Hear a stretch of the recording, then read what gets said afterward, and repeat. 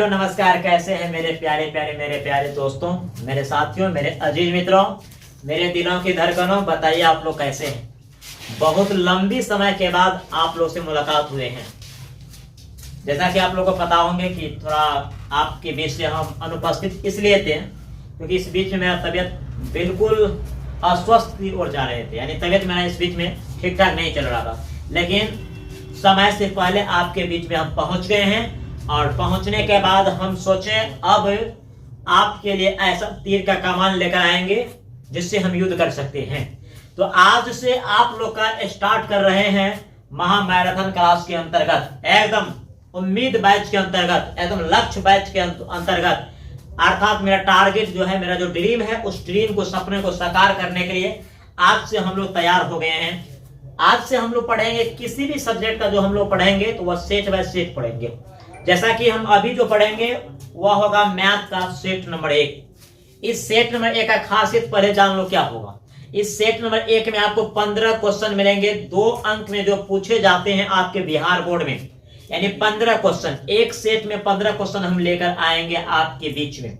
इसी तरह से कम 10 सेट आपके बीच में हम लेकर आएंगे, चाहे वो ऑब्जेक्टिव हो चाहे वो सब्जेक्टिव हो। तो अभी आपके बीच में जो हम क्लास करेंगे वह सब्जेक्टिव क्वेश्चन है। इसी तरह से आपको ऑब्जेक्टिव भी आएंगे, अर्थात जिस तरह से मैथ का उसी तरह से ऑल सब्जेक्ट का। तो बात को लंबी नहीं करना, देर नहीं करना। आप लोग के बीच हम आए, बहुत खुशनसीब है, बहुत खुश आज हैं आप लोग के बीच में प्रेजेंट होने के बाद, क्योंकि इतना दिन के बाद मिल रहे हैं। अब वादा करते हैं कि आप लोग के बीच से दूर नहीं होंगे। चलते हैं मेरे दोस्तों, तैयार हो जाइए, आगाज करते हैं अपने रणभूमि का। आज हम आगाज करने जा रहे हैं। 15 क्वेश्चन पढ़ेंगे इस सेट में। आपका जो यहाँ पर दिया गया है, एक बैनर जो दिया गया है, इसमें क्या लिखा है कि मैट्रिक बोर्ड परीक्षा 2024 गणित सेट नंबर 1 है। VBI 2 अंक के लघु उत्तरीय प्रश्न। और इस बार मेरे प्यारे बच्चों, 100 में 100 फिर टारगेट देना है। जैसा कि आप लोग को पता है, मैथ में 100 में 100 आ सकता है, क्योंकि आप मैथ मुनस्सर से पढ़ रहे हैं। एक छोटा सा बच्चा भी मैथ सीख सकता है इस वीडियो को देखकर। मेरा क्लास को ज्वाइन कर, तो चलिए देर मत कीजिए, ज्यादा से ज्यादा बच्चे को जोर दीजिए कि क्लास स्टार्ट हो चुके हैं। तो मैं अब क्लास स्टार्ट करने की स्थिति में हूं। चलिए क्वेश्चन नंबर 1। क्वेश्चन नंबर 1 आपके सामने में यह है कि सिद्ध करें कि 3 + 2√5 एक अपरिमेय संख्या है। आपके सामने जो क्वेश्चन है, ये क्वेश्चन मैं सेट में वही क्वेश्चन लाया हूं जो आपके बिहार बोर्ड में डायरेक्ट छपेगा। जी, ये क्वेश्चन बहुत वीविया है। जो भी क्वेश्चन आपके सेट में आएगा वो बहुत वीविया होगा। चलिए साइलेंट में रहिए। क्वेश्चन आपका ये है कि सिद्ध करें कि 3 + 2√5 एक अपरिमेय संख्या है। मुझे दिखाना है। ये आपका क्वेश्चन नंबर 1 है। क्वेश्चन नंबर आपका ये 1 है। तो मैं इस क्वेश्चन को बनाऊंगा। देखिए, जैसा कि ये क्वेश्चन मान लीजिए कि आपके बोर्ड में, तो इसको हम कैसे नोटबुक में बनाएंगे। इसको हम लोग लिखेंगे answer number 1। Answer number 1 solution. ध्यान देंगे मेरे प्यारे बच्चों। सबसे पहले हम लोग लिखेंगे माना कि, ध्यान देने वाली बात है, माना कि 3 + 2√5 एक परिमेय संख्या है। एक परिमेय संख्या है। जैसा कि मालूम है कि मुझे कह रहा है सिद्ध करके दिखाइए कि यह अपरिमेय संख्या कैसे है। तो मैं सबसे पहले इसको मान लिया हूं कि यह एक परिमेय संख्या है। जब इसको हम परिमेय संख्या मान लिए हैं, तो इसको परिमेय संख्या के फ्रेम में, स्ट्रक्चर में डालेंगे। इसीलिए 3 + 2√5 बराबर P/Q, जहां Q डज नॉट 0 होता है। हम ये सारे क्वेश्चन पढ़े थे वास्तविक संख्या के अंतर्गत, सिंगल फेज, डबल फेज। तो एक क्वेश्चन को बनाने के लिए सबसे पहले माना कि इतना एक परिमेय संख्या है। इसीलिए इतना बराबर इतना, क्योंकि परिमेय संख्या का मतलब यह होता है जिस पूर्णांक को या जिस अंक को हम p बाई क्यू के रूप में लिख सकते हैं उसे परमेय संख्या कहते हैं। तो मैं इसको परमेय संख्या के रूप में ढाल दिए। अब यहां से लिखेंगे मेरे प्यारे बच्चों, इसको हम क्या करेंगे, इसको कैलकुलेशन करेंगे। 2√5 को हम बाएं तरफ रखेंगे और इधर जो मेरा है p बटा क्यू, ये +3 को हम इधर लेके चल जाएंगे, साइड चेंज कर दिए। तो प्लस है तो क्या हो जाएगा, माइनस हो जाएगा। अब ध्यान दीजिए, ये मेरा कैलकुलेशन चलेगा। √2 × 5, √5 है बराबर, इसको जो हम लोग करेंगे कैलकुलेशन, इसको हम लोग कैलकुलेशन करेंगे। देखिए q का 1 का लघुत्तम q होगा, यानी भिन्न घटाओ, क्या हो जाएगा, भिन्न घटाओ। q1 का लघुत्तम q होगा तो p - 3q, इसको हम लोग भिन्न घटाओ करेंगे तो क्या हो जाएगा, इसको जो हम भिन्न घटाओ करेंगे देखिए तो ये क्या हो जाएगा, p - 3q, p - 3q और बट्टा q होगा। अब फिर पुनः देखिए, इस बार 2 को छोड़ देंगे, √5 बराबर, ये जैसे है वैसे ही सेम टू सेम इसको फोटोकॉपी कर देंगे, 3q/q। ये दो जो हम छोड़ दिए हैं इसको यहां पर लाएंगे। क्यों, देखिए इसके नीचे नहीं कुछ तो 1, यहां से देखो इसको जो यदि हम गुना करेंगे फिर तिरछा तिरछी, ये 2 कहां चला जाएगा, यहां पर आ जाएगा। तो हम इसको इस तरह से क्यों कर रहे हैं, बात को समझने वाली बात है कि हम इसको क्यों कर रहे हैं। देखिए इसको इसलिए कर रहे हैं कि हमारा सबसे पहला उद्देश्य ये होगा कि एक साइड में परमेय संख्या बनाना है और एक साइड में अपरमेय संख्या, हमको सिद्ध करके बताना है कि अपरमेय संख्या क्यों है। तो अब यहां पर देखिए, ये √5 एक अपरमेय संख्या, हम लोग जानते हैं कि ये अपरमेय संख्या है, तो अपरमेय संख्या के बराबर परमेय संख्या तो नहीं होगा, तो इसलिए हम लोग यहां पर लिखेंगे इट इज इम्पॉसिबल, यानी यह असंभव है, यह असंभव है। ये असंभव है, इसका मतलब क्या हुआ, ये असंभव है, इसका मतलब क्या हुआ, इसका मतलब ये हुआ कि परमेय संख्या बराबर अपरमेय संख्या नहीं होता है। लिखेंगे चूंकि अपरमेय, राइट साइड में परमेय है, लेफ्ट साइड में अपरमेय है, लिखेंगे चूंकि अपरमेय संख्या, इसको संख्या पढ़ेंगे, अपरमेय संख्या डज नॉट परमेय संख्या, अपरमेय संख्या डज नॉट परमेय संख्या। जी ये क्वेश्चन आपके पेपर में छपेगा, बहुत इंपोर्टेंट क्वेश्चन है। मेरा क्वेश्चन जो भी सेट में आता है वो क्वेश्चन में कुछ होता है, बहुत कुछ होता है, इसीलिए ये इम्पॉसिबल है। ये हम ऐसे नहीं लिख सकते, परमेय संख्या बराबर अपरमेय संख्या नहीं लिख सकते। क्यों, माना कि ये √2 है और ये 2 है, क्या ये दोनों बराबर है, नहीं है, ये रूट के अंदर में है, ये रूट के बाहर है, इसका वैल्यू कुछ और है, इसका वैल्यू कुछ और है, इसीलिए परमेय संख्या डज नॉट अपरमेय संख्या। इसीलिए हम लोग यहाँ पर लिखे हैं कि ये एक अपरमेय संख्या बराबर परमेय संख्या नहीं होता है, इसीलिए यह असंभव है। चूंकि अपरमेय संख्या डज नॉट परमेय संख्या, इसीलिए 3 + 2√5 एक अपरमेय संख्या है, एक अपरिमेय संख्या है। यही सिद्ध करना था, यही हमको क्या करना था, सिद्ध करना था मेरे प्यारे बच्चों। देखिए ये हमको सिद्ध करना था, क्या करना था, सिद्ध करना था। देखिए आपका पहला क्वेश्चन था कि सिद्ध करें कि इतना एक अपरिमेय संख्या है, सिद्ध करके दिखाना है। क्या कलर आप लोग को अच्छा लग रहा है, चेक कर लीजिए क्या कलर अच्छा लग रहा है।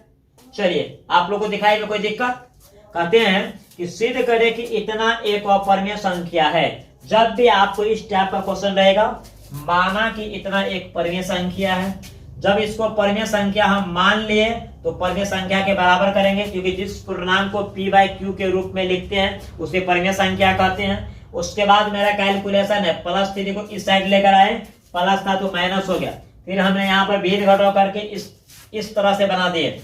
ये 2 को हम यहाँ पर लेकर आए, अर्थात हम एक साइड में परिमेय संख्या कर दिए और एक साइड में अपरिमेय संख्या, क्योंकि परिमेय संख्या बराबर अपरिमेय संख्या नहीं होता है। हमारा यहाँ पर कंक्लूजन, यहाँ पे रिजल्ट ये निकला है कि अपरिमेय संख्या डज नॉट परिमेय संख्या, इसीलिए इतना एक अपरिमेय संख्या। इतना सिंपल तरीका से बताए हैं, पूरा बिल्कुल सिंपल तरीका से 2 नंबर आपको मिलेगा। अगर ये क्वेश्चन आपको पूछा जाए एग्जाम में तो आप बनाइएगा, 2 नंबर आपको मिल जाएगा। चलिए नया क्वेश्चन, एक द्विघात बहुपद ज्ञात कीजिए। एक द्विघात बहुपद ज्ञात कीजिए जिसके शून्यकों के योग इतना और गुणनफल इतना है। एक द्विघात बहुपद ज्ञात कीजिए जिसके शून्यकों के योगफल और गुणनफल इतना है। मेरे प्यारे भाइयों एवं बहनों, एक द्विघात बहुपद निकालने के लिए क्या चाहिए? एक द्विघात बहुपद निकालने के लिए हमें क्या चाहिए? शून्यकों का योगफल और शून्यकों का गुणनफल चाहिए। यदि हमको बहुपद दिया है तो हम शून्यक भी निकाल सकते हैं या शून्यकों का योगफल या गुणनफल भी निकाल सकते हैं। लेकिन शून्यक दिया है तो बहुपद भी निकाल सकते हैं। शून्यक मिलने पर आप योगफल गुणनफल निकाल सकते हैं। तो आपका क्वेश्चन क्या है? क्वेश्चन पे आइए। एक द्विघात बहुपद ज्ञात कीजिए जिसके शून्यकों के योग इतना है और गुणनफल इतना है। मेरे प्यारे बच्चों ध्यान देंगे। आंसर नंबर 2 ध्यान दीजिएगा। सबसे पहले हम लोग यहां पर देखेंगे गिवन आपको दिया क्या है। आपको दिया है शून्यकों का योगफल। शून्यकों का योगफल आपको दिया है -1/4 है, -1/4। एंड आपको गुणनफल दिया है अल्फा इंटू जो बीटा है, जिसको हम लोग गुणनफल कहते हैं। अल्फा इंटू बीटा दिया है 1/4, 1/4 जिसको हम लोग बोलते हैं। तो शून्यकों का योगफल दिया है और गुणनफल दिया है। क्या मांगता है हमको द्विघात बहुपद यानी px मांगता है। वाट यही हमको निकालना है। अब px का फॉर्मूला जो होता है उस फॉर्मूला पे हम लोग चलेंगे। हम लोग का जो फॉर्मूला होता है, हम लोग पढ़े थे कि px बराबर यानी द्विघात बहुपद बराबर होता है x² minus alpha plus beta into x plus alpha into beta होता है। ध्यान देंगे। अब इस पे हम सेट कर देंगे x² है माइनस अल्फा प्लस बीटा का मान -1/4, ये इंटू एक्स में रहेगा, प्लस अल्फा इंटू बीटा का भी मान 1/4 है। अब यहां पर कैलकुलेशन देखिए, x², ये डबल माइनस क्या हो जाता है? ये डबल माइनस प्लस हो जाता है। देखो 1 को x से गुना करेंगे, x इसके नीचे में देखो तो 1 होता है, ये x से गुना है। इस x को यहां डालो चाहे यहां पर डालो, ठीक है। तो अब 4 को 1 से गुना करेंगे 4, तो x² प्लस x/4 अब प्लस 1/4 है। इधर ध्यान देंगे मेरे प्यारे बच्चों। यहाँ पर ध्यान देने वाली बात यह है कि x² प्लस x/4 प्लस 1/4। अब इसको द्विघात बहुपद में लाएंगे। हमको इस तरह का जब भी सवाल पूछेगा, अगर आपको बट्टे में जो भी आएगा उसी से गुना कर दीजिएगा। तीनों में 4 से गुना करेंगे 4x², इसको 4 से गुना करेंगे 4 कट जाएगा x, इसको 4 से गुना करेंगे कट जाएगा 1, यानी हमने किससे गुना किए? 4 से गुना किए। अब हम बता देता हूं कैसे हो गया। 4 से गुना किए कैसे हो गया? देखो x² को 4 से गुना करेंगे तो 4x², यहां पर x² होगा 4x², x/4 है, x/4 है। हम 4 से गुना करेंगे तो ये 4 कट जाएगा मेरे दोस्तों, x बच गया। 1/4 है, इसको हम 4 से गुना करेंगे, ये 4 कट जाएगा, कितना बच गया? 1। तो मेरे को जब भी इस तरह के सवाल आए और बट्टे में नीचे में यदि कोई पूर्णांक आ जाए तो उसी पूर्णांक से गुना कर देना है। और मेरा यही द्विघात बहुपद निकल गया। यही द्विघात बहुपद निकालना था, मेरा ये आंसर हो गया। अब इसी क्वेश्चन को पलट देगा कि द्विघात बहुपद इतना के शून्यकों का योगफल और गुणनफल निकालिए। तो alpha plus beta, alpha into beta का जो मान होता है, जो फार्मूला होता है, उस फार्मूला पे हम लोग बनाएंगे। मेरे प्यारे बच्चों, मैथ में कोई बच्चा कमजोर नहीं होता, कोई तेज नहीं होता है। आप कितना समय देते हैं उस पे डिपेंड करता है। यदि आप ज्यादा टाइम देते हैं तो आपसे सवाल बन जाएगा, जो कम समय देते हैं उनसे सवाल नहीं बनेगा, और जिनसे सवाल बन गया वो तेज हो गया, जिनसे नहीं बना वो भूसकोल हो गया। तो ये सोच आपके ऊपर डिपेंड करता है कि आप किस तरह से मेजरमेंट करते हैं अपने टाइम टेबल को। मेरे प्यारे बच्चों, क्वेश्चन नंबर 3 हम लोग देखेंगे। क्वेश्चन नंबर 3 है, सिद्ध करें कि इतना बराबर 1। देखिए, सिद्ध करिए, त्रिकोणमिति का सवाल है, ये ट्राइगोनोमेट्री का सवाल है। आपको हम एक सेट में हर तरह का क्वेश्चन लाएंगे, जैसे आपको एग्जाम में क्वेश्चन छपेगा उसी तरीका से पढ़ाएंगे। इतना दिन जो पढ़े, लेकिन मेरे प्यारे मेरे दोस्तों, खास करके गणित के लिए आपको चैप्टर का नॉलेज होना जरूरी है। अभी भी वक्त है, 2 महीना में कुछ भी कर सकते हैं मेरे प्यारे, कुछ भी कर सकते हैं। हम मानव है, कुछ भी कर सकते हैं, लेकिन उसके लिए हिम्मत चाहिए, जुनून चाहिए, जोश चाहिए, रगों में खून दौड़ना चाहिए कि हम लाएंगे 100 में 100 मैथ बहुत इजी है। यदि आपको खोपड़ी में चला गया तो समझो इजी है। देखिए क्वेश्चन को थोड़ा फोटो देखिए। tan 48, tan 23, tan 42, tan 67 equal to 1। यह हमको सिद्ध करके लाना है। हम लोग पढ़े थे, ये एंगल चेंज वाले क्वेश्चन पे है, हम इसको देखेंगे। अब ये आंसर नंबर 3 पर हम लोग चलेंगे। आंसर नंबर 3, चलिए सॉल्यूशन देखते हैं हम लोग क्या कहते हैं। आपका सवाल है कि इतना बराबर 1 लाना है ना जी। तो देखिए LHS हम लोग ले लेते हैं tan 48, देखो tan 23, उसके बाद है tan 67, उसके बाद है नहीं tan 42, पहले tan 42, उसके बाद है tan 67। हमको एक लाना है। सबसे पहले गेस कीजिए कि इन दोनों को जोड़कर 90 डिग्री होता है, फिर इन दोनों को जोड़कर 90 डिग्री होता है। तो इसमें से एक चेंज करेंगे और इसमें से एक चेंज करेंगे, क्योंकि इस क्वेश्चन का निर्माण कब होता है? जब दो कोनों को जोड़कर 90 डिग्री होता है, तब इस सवाल का पैदा होता है मेरे प्यारे बच्चों। आइए हम सवाल को देखते हैं।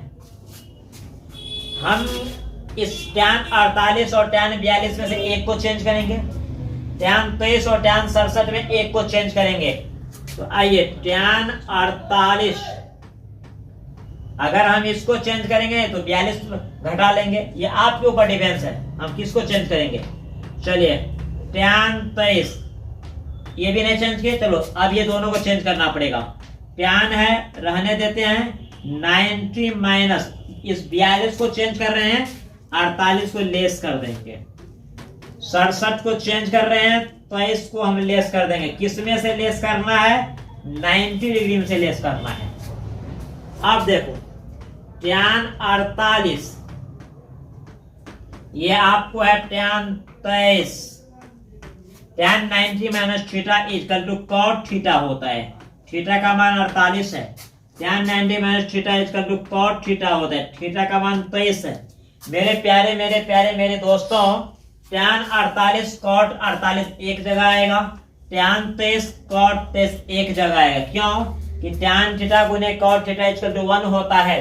अब यहाँ पर हम लोग आएंगे tan 48 cot 48, उसके बाद है tan 23 और cot 23। देखो tan थीटा गुने cot थीटा इक्वल टू 1 होता है, tan थीटा गुने cot थीटा इक्वल टू 1 होता है। तो 1 गुने 1 बराबर कितना हो जाएगा? 1 हो जाएगा। और यही हमको लाना था RHS में। ये मेरा सिद्ध हो गया, यानी प्रूव्ड हो गया। यही क्वेश्चन तुम्हारा 3 नंबर क्वेश्चन था कि हमें सिद्ध करके लाइए tan इतना इतना इतना बराबर 1, जैसा कि आपके सामने में क्वेश्चन है।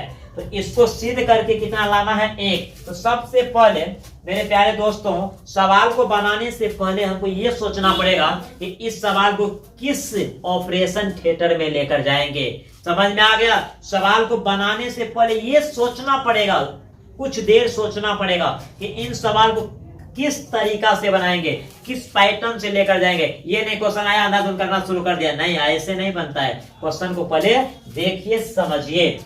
चलते हैं फिर नया क्वेश्चन क्या बता रहा है। फिर आपका जो नया क्वेश्चन है, नया क्वेश्चन देखिए क्या कर रहा है। नया क्वेश्चन आपका है AP इतना का, एपी इतना का कौन सा पद -81 है। अब ध्यान, इस एपी का कौन सा पद -81 है। अब ये समांतर श्रेणी में हम लोग पढ़े थे, ए को प्रथम पद कहते हैं, बी को सार्वंतर कहते हैं, एन को अंतिम पद कहते हैं, है ना। एन माने पदों की संख्या होती है। उसके बाद हम लोग पढ़े थे एस एन माने योगफल होते हैं। तो यहाँ पर क्या दिया है, एपी का सबसे बड़ा हिटलर जो होता है वो ए और डी होता है ना। यदि ए और डी है तो कोई भी पद निकाल सकते हैं, किसी भी पद के योगफल निकाल सकते हैं। तो हमारा सवाल यहाँ पर यह है कि इस एपी का यानी एपी इतना का कौन सा पद -81 है। यानी यहाँ पर अंतिम पद है, कौन सा पद -81, कौन सा पद -81 है। क्वेश्चन पे जरा झटका लगाइए और क्वेश्चन को परखिए कि क्वेश्चन कहता क्या है, कौन सा पद। यानी हमको एन मांगता है। तो जब एन हमको मांगता है मेरे प्यारे दोस्तों, जब एन मांगता है तो इसका मतलब है कि ए दिया होगा, डी दिया होगा, ए एन दिया होगा, तभी ना एन मांगेगा जी। तो अब देखिए सवाल में कि इस एपी का यानी एपी इतना का कौन सा पद -81 है। तो आंसर नंबर 4 देखेंगे हम लोग देखेंगे आंसर नंबर 4। आंसर नंबर 4 देखिए सॉल्यूशन के साथ। आपका इस एपी का जो प्रथम पद है वह 21 है और सार्वंतर को डी कहते हैं। ये सार्वंतर क्या होता है, ये अगले पद में से पीछे वाले पद को घटाया जाता है तो डी निकलता है। तो 18 में से 21 को घटाएंगे तो ये -3 होगा। कौन सा पद -81 है, इसका मतलब है अंतिम पद हमको दे दिया है और हमको क्या मांग रहा है, एन मांग रहा है। मेरे प्यारे दोस्तों जब एन मांगता है इसका मतलब एन दिया है और आपके सामने में दिया है। तो एन का फॉर्मूला हम लोग जानते हैं, क्योंकि हम लोग जानते हैं कि एन बराबर होता है ए प्लस n-1 इंटू डी होता है। इसीलिए एन का मान -81 बराबर ए का मान 21 प्लस एन हमको निकालना है और डी का मान आपके सामने में कितना है, -3 है। कलर आप लोग को अच्छा लग रहा है, कलर दिखाई दे रहा है, ध्यान दीजिए। चलिए कहते हैं अब हम इसको साइड चेंज करेंगे। क्या, अभी चलने दो कैलकुलेशन। -81 21 -3 को प्लस एन से गुना करेंगे तो क्या होगा, -3n होगा। देखो यहाँ पर, और माइनस को माइनस से गुना करेंगे +3 होगा। अब देखिए थोड़ा एक लाइन और चलने दो, पूरा स्लो में चलेंगे, बच्चे के अंदाज में चलेंगे। मेरे दोस्तों ध्यान दीजिए, 21 प्लस में है और 3 भी प्लस में है ना। तो 21 और ये आपको +3 कितना हो गया, 24 हो गया, ठीक है। और ये -3 अपने जगह पे रहने दीजिए। आइए पुनः चलते हैं हम लोग, ध्यान दीजिए। प्रथम पद मेरा ए है, डी है, सब हम सेटिंग कर रहे हैं। अब हम इसको साइड चेंज कैसे करेंगे, -81 को उधर ले जाएंगे और -3 को इधर लेकर आएंगे। आइए माइनस इधर आएगा तो प्लस हो गया 3n, उधर बच गया मेरा 24 और माइनस वाला उधर गया तो क्या हो गया, +81 हो गया। अब देखो ये सब कुछ नहीं है, कैलकुलेशन है मेरे दोस्तों। 3n ये लाइन ये जो हम लिख रहे हैं वो फालतू है। 4 और 1 5 होता है, 8 और 2 10 होता है, 105 हो गया। अब हम लोग देखेंगे कि n बराबर जो है 105/3। अब 105 में हम लोग 3 से भाग देंगे, 3 3 9 1 1 पे 5 15 3 5 6 15, अर्थात कौन सा पद -81 है। तो मेरा n का मान कितना निकला, 35। अतः 35वां पद -81 है। अतः हम लोग लिख सकते हैं कि अतः 35वां पद, कौन सा पद, 35वां पद -81 है। यानी हमारा आंसर जो निकला हुआ n का मान कितना निकल गया, 35। हम यहाँ भी आंसर को लिख सकते हैं, हम यहाँ भी आंसर को डाल सकते हैं ऐसे आंसर। समझ में आ रहा है मेरे दोस्तों, समझ में आ रहा है। तो कौन सा पद -81 है। अब तुमको विश्वास होता है कि नहीं कि मेरा आंसर सही है या गलत है। तो मेरे प्यारे दोस्तों अब हम आंसर को भी चेक करेंगे, आंसर को भी चेक कर लेंगे कि मेरा आंसर सही है या गलत है। तो 35वां पद -81 है, तो इधर रफ देखिएगा। 35वां पद A35 बराबर A + 34D होता है। A का मान आपको 21 है, 34 और D का मान -3 है। इधर देखो 21, ये प्लस माइनस को गुना करेंगे माइनस, 34 को 3 से 4 तिया 12 हो गया, 3 तिया 9 1 10, 102 माइनस में 102 में 21 को घटाइए, 2 में से 1 जाएगा तो 1 होगा, 10 में से 2 जाएगा 8 माइनस 81। देखो आपके सवाल में दिया है कि इस एपी का यानी एपी इतना का कौन सा पद माइनस 81 है। हमारा 35वां पद माइनस 81 आता है, तो इसका मतलब ये है कि आपका क्वेश्चन भी सही है, आपको क्वेश्चन भी सही है और आंसर में तो कोई दाग ही नहीं है, आंसर में कोई डाउट नहीं है, बिल्कुल डाउट नहीं है। चलो ध्यान दो मेरे दोस्तों, अब हम नया क्वेश्चन देखते हैं। क्वेश्चन नंबर आपका कितना होगा? 5 नंबर होगा। क्वेश्चन नंबर 5 क्या कहता है? किसी वृत्त की परिधि इतना सेंटीमीटर है तो उसके चतुर्थांश का क्षेत्रफल निकालिए। 2 से 3 सेट में आपका पूरा सब्जेक्टिव मिला देंगे एग्जाम हॉल में, सेम टू सेम। जरा सा भी घबराने की जरूरत नहीं है, केवल घबराने की जरूरत है तो प्रैक्टिस रखिए। प्रैक्टिस आपका जारी रहना चाहिए। क्या रहना चाहिए? प्रैक्टिस आपका जारी रहना चाहिए। चलिए ध्यान दीजिए, किसी वृत्त की परिधि 22 सेंटीमीटर है तो उसके चतुर्थांश का क्षेत्रफल ज्ञात कीजिए या निकालिए या प्राप्त कीजिए। उस वृत्त के चतुर्थांश का क्षेत्रफल ज्ञात कीजिए जिसका परिधि 88 सेंटीमीटर है। ऐसे भी क्वेश्चन आ सकता है। तो मेरे प्यारे दोस्तों, आखिर ये क्वेश्चन क्यों ऐसा पूछा गया? वृत्त में कुछ भी निकालेंगे तो हमको त्रिज्या चाहिए, और यहाँ पर त्रिज्या नहीं दिया है, यहाँ पर परिधि दिया है। परिधि इसलिए दिया है क्योंकि हम उसके प्रयोग से त्रिज्या निकाल सकते हैं। तो चलते हैं क्वेश्चन नंबर 5 को आगाज करते हैं। Answer number 5, answer number 5 solution ध्यान दीजिए कि किसी वृत्त की परिधि इतना है तो उसके चतुर्थांश का क्षेत्रफल निकाले। ध्यान देने वाली बात है।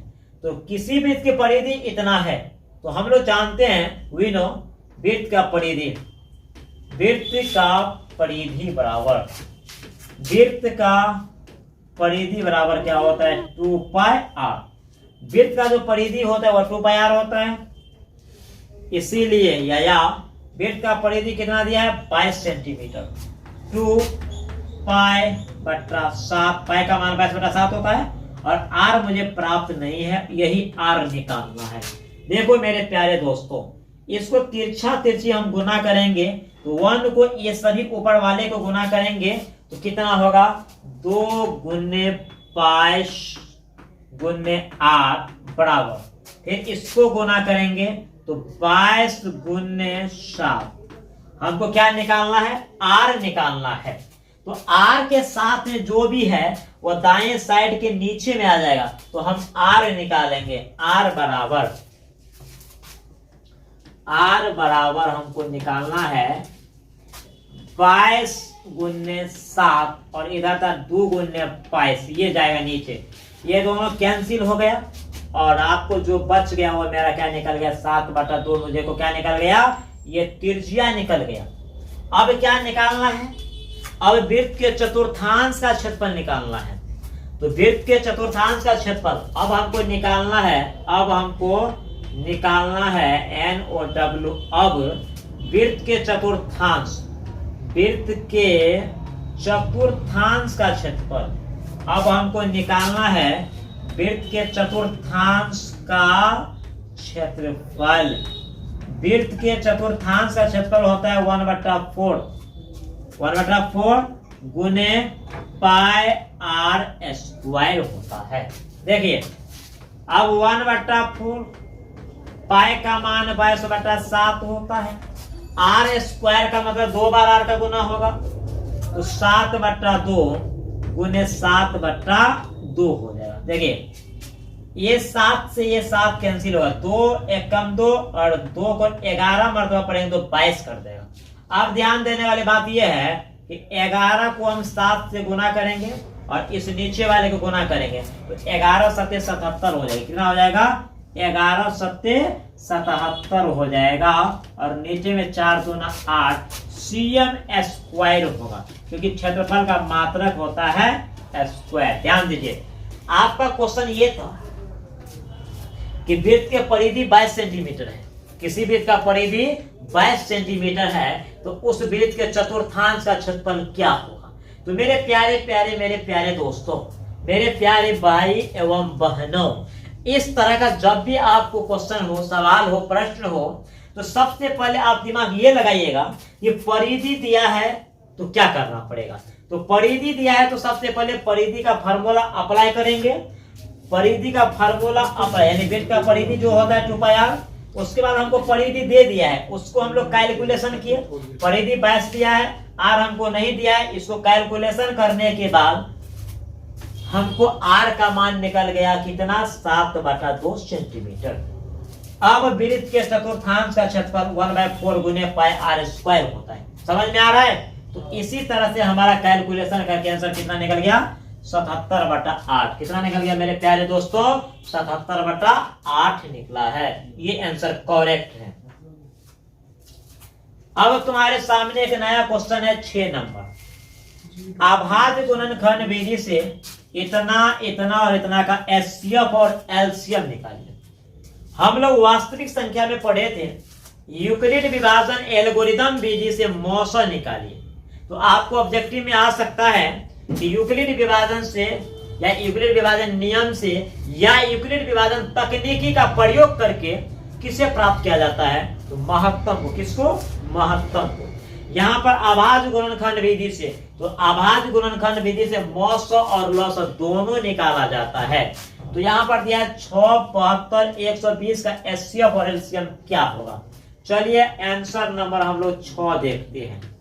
Answer number 6 solution. सबसे पहले जो हमको दिया है संख्या, इसको गुणनखंड करेंगे। क्या करेंगे हम लोग? इसको सबसे पहले हम लोग गुणनखंड करेंगे। 6, 72, 120 है, इसको गुणनखंड करेंगे, 2 या 6 होता है। 72 को हम लोग गुणनखंड करेंगे, यहाँ पर देखिए 72 को गुणनखंड करेंगे, 36 दूना 72 होता है, 18 दूना 36 होता है, 2 9 18 और 3 तिया 9 होता है। अर्थात 2 आपको आया है कितना बार? कितना बार आया? 3 बार आया है। 2 एकम 2 यानी 2 आया 3 बार और 3 आया है 2 बार। इसको हम लोग लिखेंगे 2 का पावर 3, 2 का पावर 3 और 3 का पावर 2। इस तरह से हम लोग रॉप थोड़ा कर लेंगे। समझ में कुछ कुछ आता है आप लोग को? बिल्कुल आएगा मेरे दोस्तों, आएगा, बिल्कुल आना चाहिए। अब हमको 120 का गुणनखंड करना है, 120 का। अब 120 का हम लोग रॉप करेंगे थोड़ा सा। 60 दूना 120 होता है, 30 दूना 60 होता है, 15 दूना 30 होता है और 3 पंचे 15। 2 आया 3 बार। 2 कितने मरतबा आया है? 3 बार आया है। 3 आया है 1 बार, 5 भी आया 1 बार। तो हम लोग लिखेंगे 2 का पावर 3 गुने 3 गुने 5 लिखेंगे।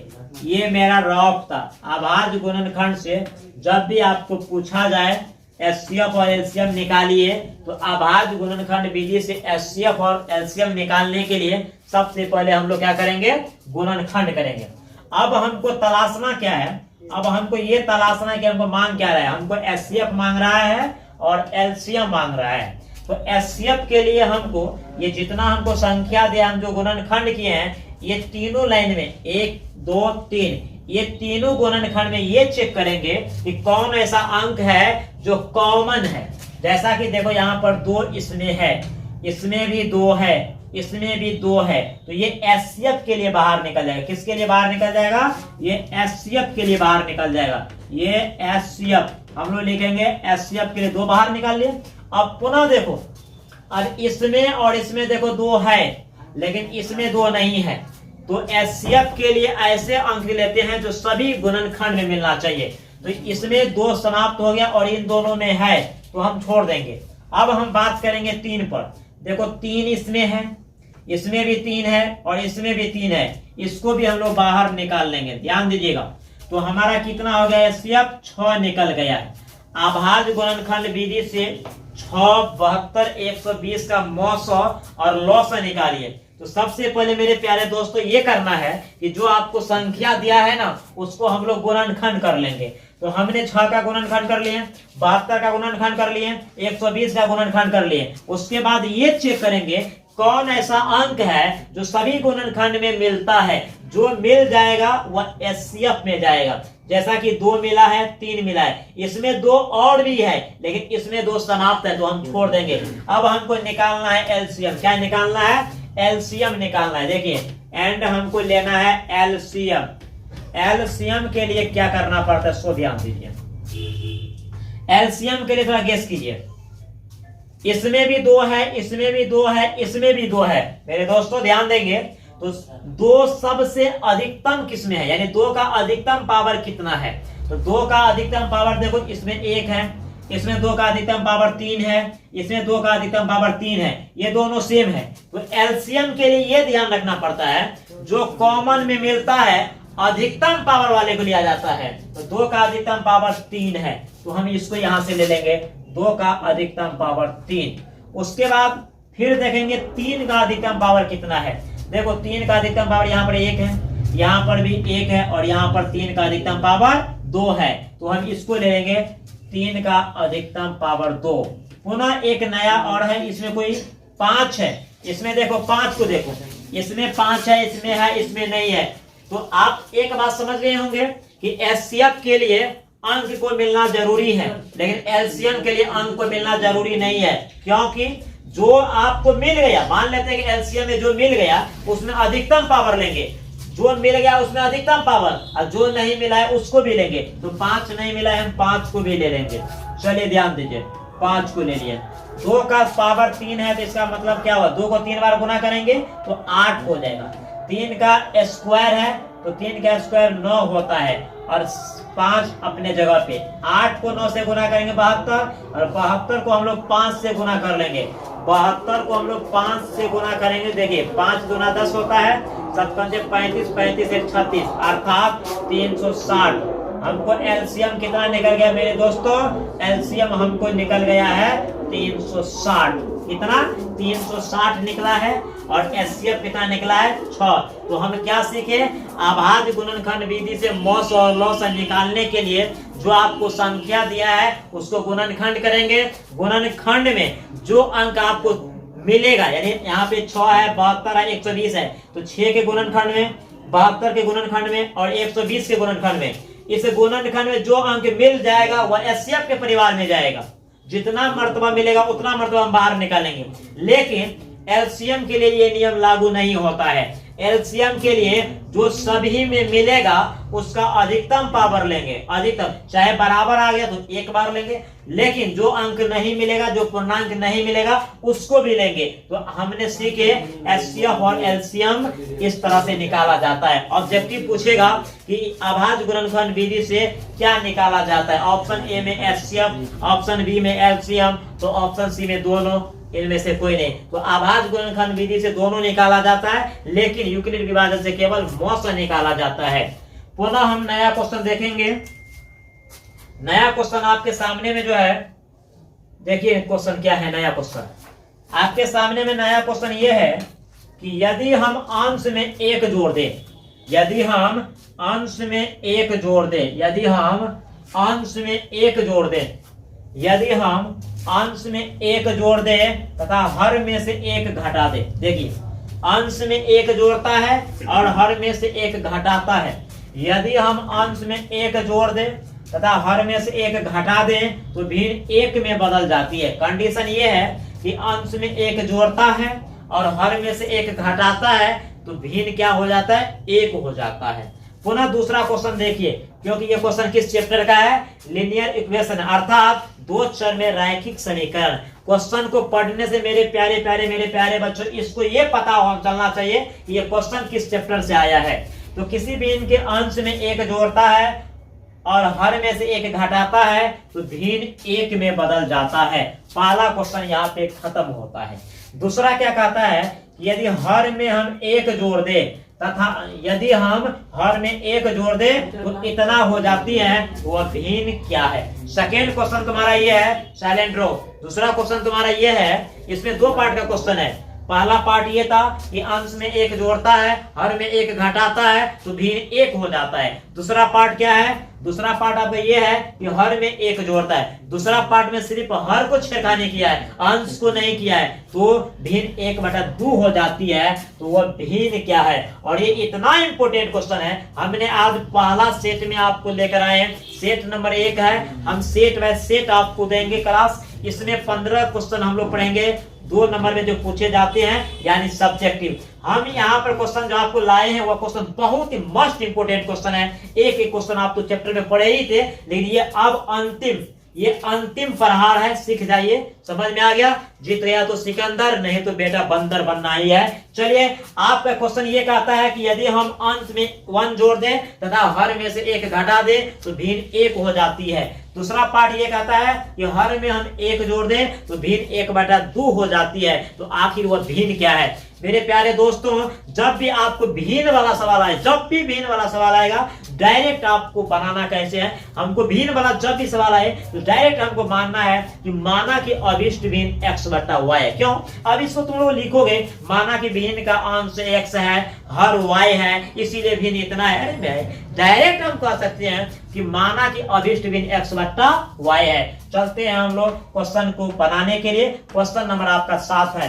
चलते हैं आंसर नंबर 7। आंसर नंबर 7, ध्यान दीजिए। आपका जो सवाल है उसको सॉल्यूशन देखिए। सबसे पहले हम लोग लिखेंगे माना कि, क्या लिखना है? माना कि। पहले क्वेश्चन को पढ़ेंगे, समझेंगे, अध्ययन करेंगे, अवलोकन करेंगे, स्मरण करेंगे, चिंतन करेंगे, उसके बाद बनाने जाएंगे। माना कि अभिष्ट भिन्न, यानी जो भिन्न मुझे पता नहीं है। माना कि अभिष्ट भिन्न, माना कि अभिष्ट भिन्न बराबर x/y। x अंश हो गया और y हर हो गया, तो माना कि अभिष्ट भिन्न x/y है। अब हम लोग क्या करेंगे? According to question, according to question. अब अकॉर्डिंग टू क्वेश्चन क्या है? अकॉर्डिंग टू क्वेश्चन क्या है? अकॉर्डिंग टू क्वेश्चन क्या है कि अंश में 1 जोड़ता है, अंश में 1 जोड़ता है, हर में से 1 घटाता है, तो भिन्न कितना हो जाता है? 1। इसके नीचे नहीं कुछ तो 1 डाल सकते हैं। देखो, जैसे क्वेश्चन बोला है वैसे ही हम बोले हैं कि अंश में 1 जोड़ता है और हर में से 1 घटाता है, तो भिन्न इतना हो जाता है। अब इसको हम लोग क्या करेंगे? तिरछा तिरछी गुना करेंगे। ध्यान दीजिए, इसको तिरछा तिरछी गुना करने पर क्या होगा? x+1 को 1 से गुना करेंगे तो x+1 होगा, y-1 को 1 से गुना करेंगे तो y-1 होगा। ठीक है, अब इसको तुम लोग क्या करना है? इसको समीकरण बना देना है। इसको क्या कर देना है? इसको समीकरण बनाना है। देखो, x या +y को इधर लाना है, ये -1 को रहने दो, -1 को रहने दो, ये +1 इधर जाएगा तो क्या हो जाएगा? माइनस हो जाएगा। अब ध्यान देने वाली बात है कि x - y बराबर ये -1 और -1 क्या हो जाएगा? -2 हो जाएगा। समीकरण 1, इसको हम लोग क्या मान लिए? समीकरण 1 मान लिए। अब दूसरा पार्ट का क्वेश्चन क्या था? दूसरा पार्ट का क्वेश्चन क्या था? देखो, एंड, और दोबारा क्या बोला है कि इस बार जो है ना हर में 1 जोड़ दिया तो 1/2 हो गया। क्वेश्चन को देख लेंगे कि दूसरा पार्ट क्या कहता है कि हर में 1 जोड़ दे तो वह 1/2 हो जाता है। क्वेश्चन को इस तरह से पढ़ो कि याद भी हो जाना चाहिए। फिर इसको क्रॉस मल्टीप्लीकेशन गुना करेंगे। देखो, 2x होगा, क्या हो जाएगा? 2x, और इधर गुना करेंगे तो y+1 होगा, y+1 हो जाएगा। ध्यान दीजिए, अब यहाँ पर साइड चेंज करके समीकरण बना लो। ये +y इधर आएगा तो क्या हो जाएगा? माइनस, बच गया उधर 1। समीकरण नंबर 2। जैसा कि हम लोग जानते हैं कि 2 चर में रैखिक समीकरण को जो हल किया जाता है वह 2-4 विधि से हम लोग पढ़े थे। एक प्रतिस्थापन विधि था, एक बीजगुणन विधि था, एक ग्राफ विधि था, एक प्रतिस्थापन विधि और एक लुप्तीकरण विधि। तो आपको किस विधि से अच्छा लगता है, किस से कम टाइम लगता है, वह आप पे डिपेंड करता है। तो यहाँ पर देखना है, अधिकतर तो लुप्तीकरण विधि ठीक ठाक होता है। यहाँ पर देखो, y का संख्या 1 है, यहाँ भी y का संख्या 1 है। सबसे पहले समीकरण को हल करने के लिए 2 बात हमको देखना पड़ता है। सबसे पहले चर की संख्या बराबर होना चाहिए, उसके बाद चर के चिन्ह का चर का चिन्ह क्या है उस पर हमको ख्याल करना है। तो देखो, यहाँ पर y जो है पहला समीकरण में y का चिन्ह माइनस है, दूसरा में देखिए दूसरा में भी y का चिन्ह माइनस है, संख्या दोनों का बराबर है, दोनों का संख्या बराबर है। तो हम क्या कर लेंगे, समीकरण एक में से समीकरण को 2 घटा लो, चाहे 2 में से 1 को घटा लो। तो चलिए भाई 1 में से 2 घटाते हैं, समीकरण 1 में से 2 घटाएंगे। चलिए यहाँ पर देखिए इक्वेशन 1 माइनस 2, इक्वेशन 1 में से 2 घटा रहे हैं तो x माइनस वाई बराबर हमारा समीकरण 1 क्या है, x माइनस वाई बराबर -2 है। समीकरण दूसरा क्या है, 2x माइनस वाई बराबर 1, 2x माइनस वाई बराबर 1 है हमारा। मिला लो समीकरण 1 और समीकरण 2 को मिला लो, समीकरण 1 और समीकरण 2 हो गया। हमने घटाव का चिन्ह यानी माइनस का चिन्ह दिया है, किसका चिन्ह दिया है, माइनस का चिन्ह दिया है। देखिए मेरे दोस्तों ये माइनस हुआ और ये माइनस पहले से है तो डबल माइनस क्या हो जाता है, प्लस हो जाता है, यहाँ पर माइनस। अब देखने वाली बात यह है कि माइनस हुआ और ये प्लस हुआ, कैंसिल हो गया, एगो x प्लस में और 2 गो x माइनस में, तो 2 गो में से एक हो जाएगा तो -x हो जाएगा। ये -2 और ये माइनस है, कितना हो जाएगा, -3 हो जाएगा। दोनों माइनस कैंसिल हो जाएगा तो x का मान कितना निकल गया मेरे प्यारे दोस्तों, x का मान क्या निकल गया, x बराबर 3 निकल गया। अब हम क्या करेंगे, अब y का मान मुझे निकालना है। तो अब देखिए इक्वेशन 1 में x का मान रखने पर, इक्वेशन 1 में x का मान रखने पर तो समीकरण 1 देखो मेरा यह है, x माइनस वाई बराबर -2 है। आप 1 में रखो चाहे 2 में रखो, ध्यान दो इधर, 1 में रखो चाहे 2 में रखो जी सर। तो हमें x का मान निकला है 3 और बाकी जैसे है वैसे ही रहने दो। अब साइड चेंज करो, ये देखो ये 3 है, ये -2 इधर आएगा तो प्लस होगा और ये -y उधर जाएगा तो क्या हो जाएगा, प्लस। देखो 3 2 क्या होता है 5, तो 5 बराबर y, तो आप सीधा करके लिख लीजिए कि y बराबर 3 2 5। x का मान मुझे 3 निकल गया और y का मान मुझे 5 निकल गया। मेरे प्यारे दोस्तों अब हम क्या करेंगे, हमने क्या माने हैं कि अभीष्ट भिन्न x बट्टा y है। अब लिखेंगे अतः क्या लिखना है, अतः अभीष्ट भिन्न, क्या लिखना है, अतः अभीष्ट भिन्न बराबर हम लोग क्या माने हैं, x बट्टा y। x का मान 3 निकला, y का मान 5, ये मेरा आंसर हो गया। अब ध्यान देंगे मेरे दोस्तों, अब ध्यान देने वाली बात ये है मेरे प्रिय भाइयों एवं बहनों, अब ध्यान देने वाली बात ये है, क्या कि मेरा आंसर सही है या गलत है। ये मन में डाउट चलता होगा कि मेरा आंसर सही है या गलत है। तो इसके लिए हम क्या करेंगे, इसके लिए हम आंसर को चेक करेंगे। क्या मेरा जो चेक देखो कहते, जैसे मेरा भिन्न 3/5 है, क्या बोला था कि अंश में 1 जोड़ता है और हर में से 1 घटाता है, तो भिन्न कितना होता है, 1 होता है। चेक करो, देखो 1 आता है, 3 1 4 हो गया, 5 में से 1 घटाएंगे 4। देखो हमको RHS में 1 लाना था, है ना, 4 में 4 से भागेंगे 1, देखो मेरे को 1 आ गया। अर्थात अंश में 1 जोड़ देंगे, हर में 1 घटा देंगे, तो हमें जो दिया है सवाल में 1 वह आता है, तो ठीक है। तो ये पहला कंडीशन हुआ। दूसरा कंडीशन ध्यान दीजिए, दूसरा कंडीशन क्या है, दूसरा कंडीशन ये है कि आपको दूसरा कंडीशन ये था कि हर में 1 जोड़ता है तो 1/2 आ जाता है, इतना लाना है। 3 5 1 6 होता है, भाग देंगे तो 1/2, देखो 1/2 आ गया। अब हम कॉन्फिडेंस ये रखेंगे कि मेरा आंसर तो सही है, क्वेश्चन भी सही है। देखो मैथ में 98% मैं बताना चाहता हूं कि आप अपना आंसर खुद चेक कर सकते हैं, क्वेश्चन तक चेक कर सकते हैं कि क्वेश्चन सही है या गलत है, क्वेश्चन सही है या गलत है। चलो ध्यान देंगे मेरे प्यारे दोस्तों, क्वेश्चन नंबर नया, एक नया क्वेश्चन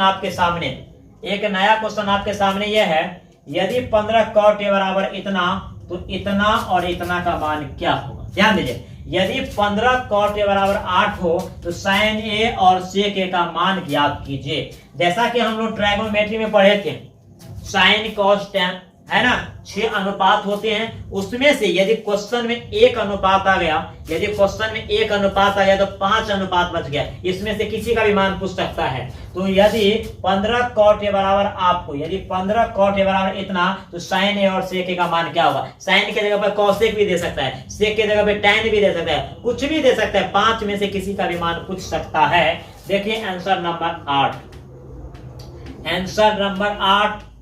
और ये क्वेश्चन आपके डायरेक्ट बोर्ड में मिलेगा जी, बहुत पछताओगे। क्वेश्चन को स्किप नहीं करना, समझना। यदि आप समझते हैं तो स्किप कीजिए, कोई बात नहीं, लेकिन हाँ वीडियो के स्पीड कीजिए, कोई दिक्कत नहीं, लेकिन आप ये सवालों को इग्नोर मत कीजिए। ये लाखों करोड़ों का ये क्वेश्चन है, आपके एग्जाम में बनेगा ये।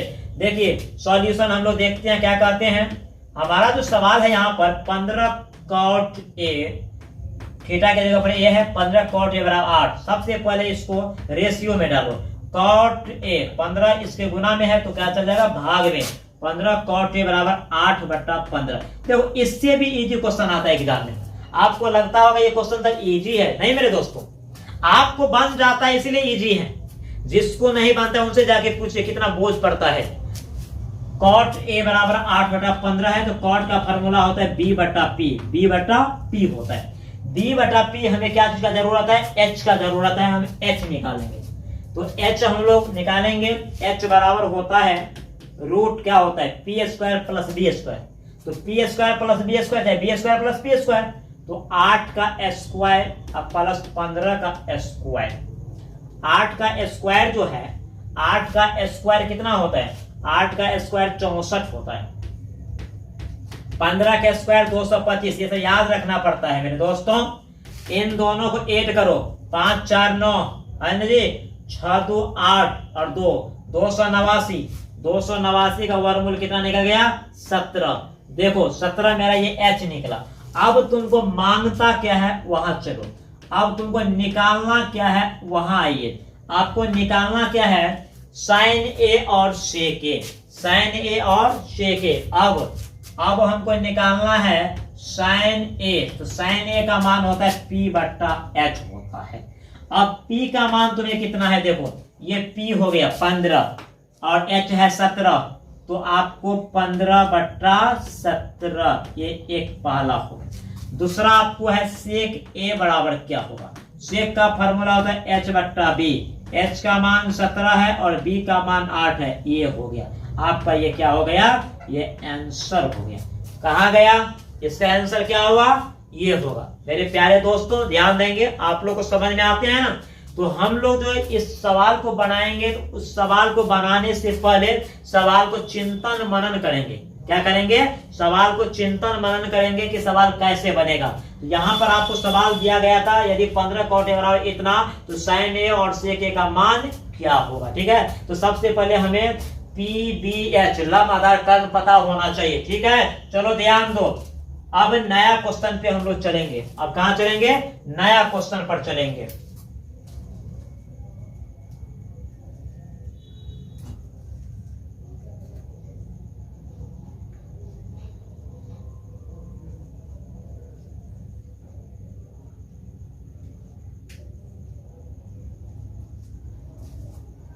आपका नया क्वेश्चन है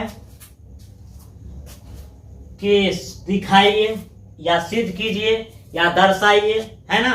तो हमें दिखाना है कि इतना बराबर इतना कैसे आता है, हमें दिखाना है। ठीक है, चलते हैं हम लोग। तो ये ट्रायगोनोमेट्री का सवाल है। ये भी सवाल कहाँ का है? ट्रायगोनोमेट्री का ही सवाल है। बहुत बेहतरीन, ये तो वायरल सब्जेक्टिव क्वेश्चन है ना, बहुत वायरल है। ये सब क्वेश्चन आपको बनना चाहिए। चैप्टर जो पढ़े। अब जो आपका समय बचा हुआ है उसमें आप लोग सवाल बनाइए, इधर उधर नहीं। ये 2 महीना का मेहनत आपको जिंदगी को संवार सकते हैं। समझ गया मेरे दोस्तों? खाओ पियो मौज मस्ती करो हिसाब से।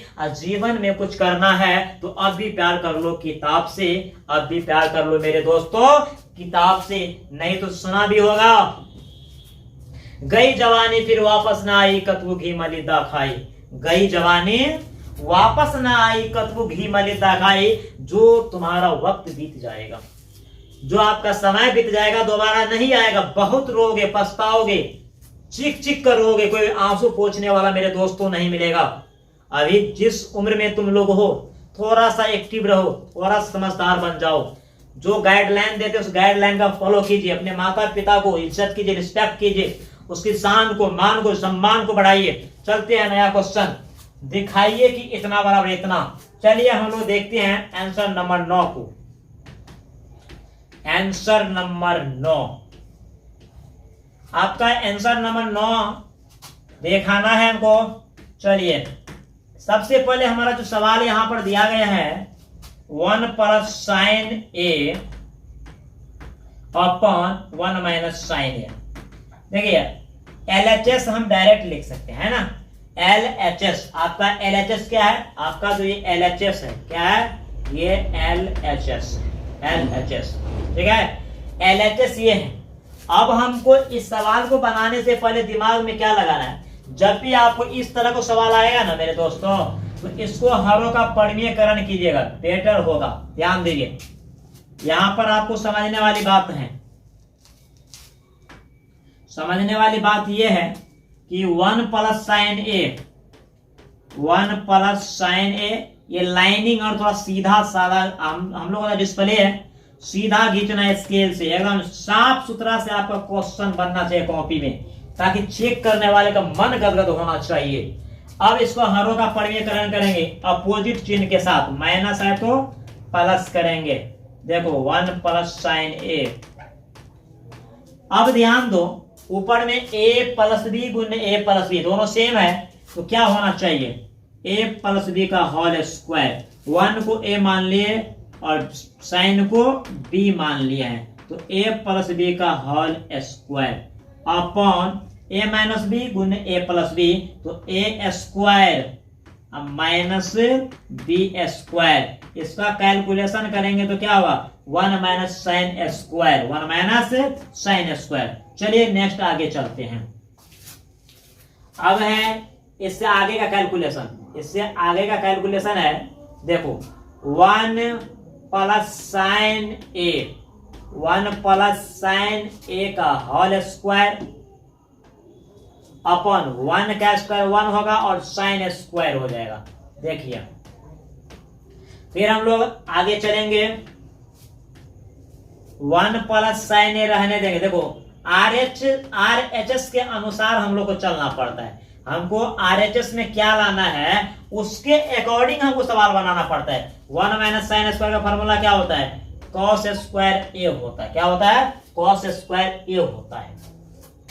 अब देखो ऊपर में भी पावर है, नीचे भी पावर सेम है, तो अब हम यहां पर क्या करेंगे, 1 plus sign A upon cos A, दोनों का स्क्वायर कर देंगे, दोनों को स्क्वायर कर देंगे और तब इस पे हम रूट को डालेंगे। अब देखो स्क्वायर को जब हम हटा देंगे तो रूट क्या होगा, ऑटोमेटिक हट जाएगा। तो 1 प्लस साइन ए, 1 प्लस साइन ए अपॉन हो जाएगा तुमको कॉस ए हो जाएगा। अब इसको हम दो पार्ट में करेंगे, 1 upon cos A plus sign A upon cos A. इसको हम यदि भिन्न जोड़ करें, इसको फिर ऑपरेशन करें तो ऊपर वाले हो जाएगा, ऊपर वाले के तोड़ेंगे तो ये नीचे वाले हो जाएंगे। अब देखो 1 बाय कॉस का फॉर्मूला होता है सेक। मेरे दोस्तों ट्रायगोनोमेट्री में सिद्ध करने वाले सवाल उसी को बनेगा जिसको फॉर्मूला टनाटन याद है।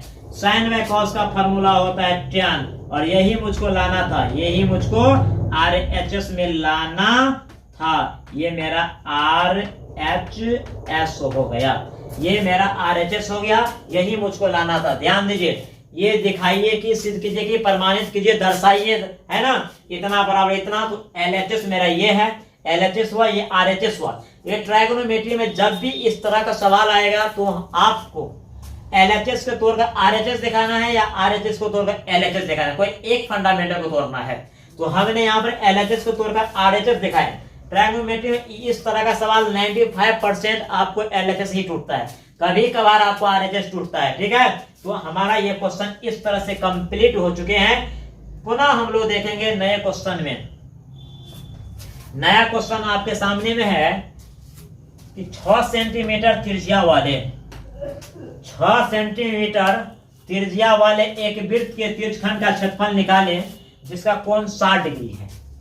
6 सेंटीमीटर त्रिज्या वाले, कितना त्रिज्या, 6 सेंटीमीटर, 6 सेंटीमीटर त्रिज्या वाले वृत्त के त्रिज्यखंड का क्षेत्रफल निकाले जिसका कोण 60 डिग्री है। अब इस क्वेश्चन को हम लोग जो बनाएंगे, क्वेश्चन नंबर 10 को हम लोग देखेंगे कि 6 सेंटीमीटर त्रिज्या वाले, कितना है, 6 सेंटीमीटर त्रिज्या वाले एक वृत्त के त्रिज्यखंड का क्षेत्रफल निकालना है। देखो इसमें फिगर का कोई जरूरत ही नहीं है क्योंकि वो त्रिज्या दे दिया है, कोण भी दे दिया है। 6 सीएम त्रिज्या वाले, 6 सीएम त्रिज्या वाले, देखो 6 सीएम मान लेते हैं, ठीक है। देखो ये मेरा त्रिज्या हो गया, क्या हो गया, त्रिज्या हो गया। हमारा कोण हमको कितना दिया, 60 दिया है, कितना दिया है, 60 दिया है। तो त्रिज्यखंड का क्षेत्रफल मुझे निकालना है, किसका निकालना है, त्रिज्यखंड का क्षेत्रफल निकालना है। तो ध्यान देंगे मेरे प्रिय दोस्तों, त्रिज्यखंड का क्षेत्रफल निकालने के लिए हमको क्या चाहिए, त्रिज्यखंड का क्षेत्रफल निकालने के लिए हमको क्या चाहिए, हमको सबसे पहले त्रिज्या चाहिए और कोण चाहिए। तो यहाँ पर आपको दिया है, यहाँ पर आपको क्या दिया है, गिवन आपको दिया है कि r का मान 6 सेंटीमीटर है, थीटा माने कोण, थीटा का मान आपको 60 डिग्री है। तो त्रिज्यखंड का क्षेत्रफल निकालना है। तो त्रिज्यखंड का जो क्षेत्रफल होता है, त्रिज्यखंड का क्षेत्रफल, त्रिज्यखंड का क्षेत्रफल हमें निकालना है। क्या निकालना है हमको, त्रिज्यखंड का क्षेत्रफल निकालना। चलो नेक्स्ट पेज पे देख लेते हैं। त्रिज्यखंड का क्षेत्रफल, त्रिज्यखंड का क्षेत्रफल, त्रिज्यखंड, त्रिज्यखंड का क्षेत्रफल, त्रिज्यखंड का क्षेत्रफल होता है थीटा बटा 360, थीटा बटा 360 गुने पाई आर स्क्वायर, थीटा बटा 360 गुने पाई आर स्क्वायर। थीटा का मान आपको दिया है 60 बट्टा में 360 है गुने पाई आर स्क्वायर, पाई का मान 22 बट्टा 7 हो जाता है। आर आपको दिया है 6, तो 6 स्क्वायर यानी डबल गुना होगा। ये 0 से 0 कैंसिल हो गया, देखो ये 6 से इसको काटेंगे 36 कट जाएगा, इस 6 को इस 6 से काट दिए। अब हमको बच गया ऊपर में 22 गुने 6, नीचे में 7, तो 6 दूना 12, 6 दूना 12 एक 13, 132, नीचे में बच गया आपको 7, ये 7 हो गया है ना, 132 बट्टा 7, 132 बटा 7 सीएम स्क्वायर। मेरे दोस्तों इस क्वेश्चन को बनाने के लिए हमने क्या स्टार्ट किया, हमने सबसे पहले ये देखे कि हमें त्रिज्या का मान कितना है, हमको त्रिज्या का मान कितना है, त्रिज्या का मान 6 है। त्रिज्यखंड का क्षेत्रफल निकालने के लिए त्रिज्या का मान होना चाहिए और थीटा यानी कोण का मान होना चाहिए। क्यों, त्रिज्यखंड का क्षेत्रफल होता है थीटा बटा 360 गुने पाई आर स्क्वायर, या पाई आर स्क्वायर थीटा बटा 360। देखो मैथ में सवाल बनना चाहिए, सवाल उसी को बनेगा जिसको फॉर्मूला होता है, सवाल उसी को बनेगा जो सवाल को समझ जाएगा। तो भाई त्रिज्यखंड का क्षेत्रफल निकालना है तो मुझे थीटा दीजिए और कोण दीजिए, है ना, यानी थीटा और त्रिज्या दीजिए, कोण को ही थीटा कहते हैं। तो त्रिज्या हमको 6 दिया है, कोण हमको 60 डिग्री दिया है। तो त्रिज्यखंड का क्षेत्रफल होता है थीटा बटा 360 गुने पाई आर स्क्वायर, थीटा बटा 360 गुने पाई आर स्क्वायर। हमने थीटा का मान रख दिए, 360 फार्मूला में होता है, पाई का मान 22 बटा 7 होता है और आर का मान 6 है, तो 6 का स्क्वायर यानी 2 बार गुना हो गया। ये 0 से 0 कैंसिल हो गया, 6 को 6 बार पढ़ेंगे 36, ये 6 से 1 6 कैंसिल हो गया, ये 22 को 6 से गुना किए 132, नीचे में 7 को 1 से गुना किए। समझ में आ गया, इस तरह से आपका सॉल्यूशन हो जाता है, इस तरह से आपको सॉल्यूशन हमारा आंसर होता है। हम लोग इतना क्वेश्चन पढ़े हैं, पुनः 11 नंबर क्वेश्चन हम लोग पढ़ेंगे। अब हम लोग पढ़ेंगे 11 नंबर क्वेश्चन को पढ़ेंगे। 11 नंबर क्वेश्चन मेरा यह है कि यदि tan 2a बराबर cot a minus 18 degree, question हमारा ये है कि यदि tan 2a बराबर cot a माइनस 18 डिग्री, जहां 2a एक न्यून कोण है, तो a का मान क्या होगा। यानी मेरे को a का जो मान निकलेगा ना मेरे दोस्तों, उस a को 2 से गुना करेंगे, उसका मान न्यून कोण है, यानी 0 डिग्री से बड़ा है और 90 डिग्री से छोटा है। तो इस तरह का सवाल है, ये सवाल का सबसे बड़ा हिटलर इतना ही है। इसको समझिए कि इस सवाल का जन्म इसी तरह से क्यों हुआ, ये सवाल का जन्म इसी तरह से क्यों है, ये सवाल ऐसे ही क्यों आया, है ना। इधर कॉट है तो इधर साइन क्यों नहीं दिया, क्यों नहीं दिया। हम लोग पढ़े थे ना कि tan 90 minus theta, tan 90 minus theta equal to cot theta होता है, tan 90 minus theta equal to cot theta होता है। इसी फ्रेम पर ये सवाल को दिया गया है, इसी तरीका से ये सवाल बनेगा, इसीलिए दिया गया है। तो हम लोग देखते हैं, चलिए सॉल्यूशन में हम लोग देखते हैं क्या होता है। Answer number 11, answer number 11 solution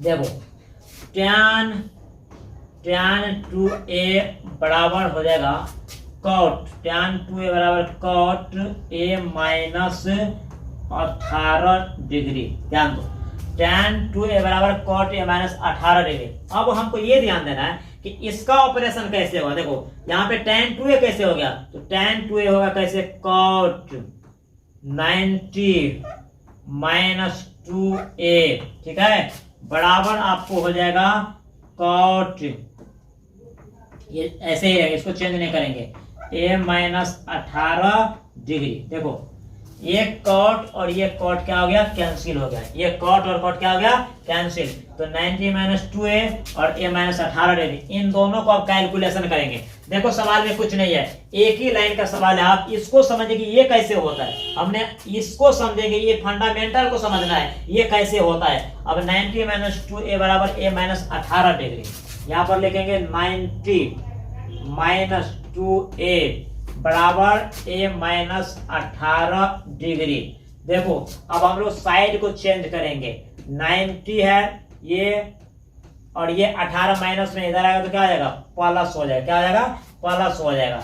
ये देखो ये माइनस 2a उधर जाएगा तो प्लस, a को a और 2 को a, क्या को 3, इतना बराबर इतना, इतना बराबर इतना, हम इसको लिख सकते हैं ऐसे। देखो इसको जोड़कर कितना हो जाएगा, 108 डिग्री, इधर कितना हो जाएगा 3a।